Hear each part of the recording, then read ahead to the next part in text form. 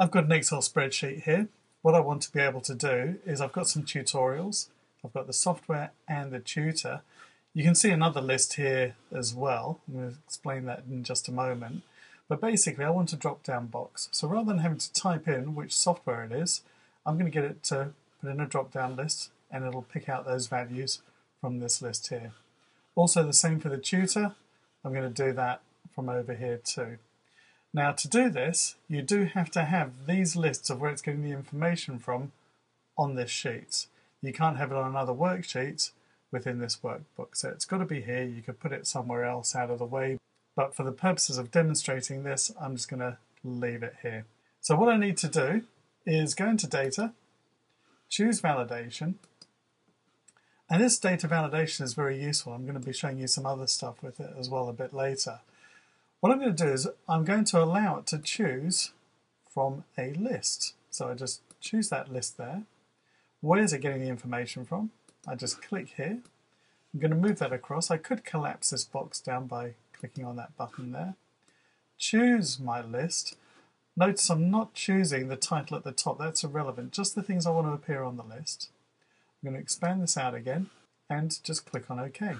And you'll see now I can actually enter just by choosing anything from this list.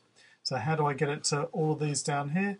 Well, quite simply, I can copy it.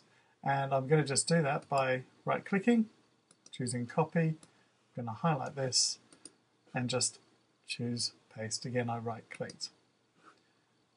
Okay, pressing escape because I'm going to get rid of that now. And you'll see I could just simply go down this list and choose which ones are. Look how quick this is, and it eliminates typing errors as well. So VLOOKUP is Excel, one of my favorites, as is that one, and animating slides is PowerPoint.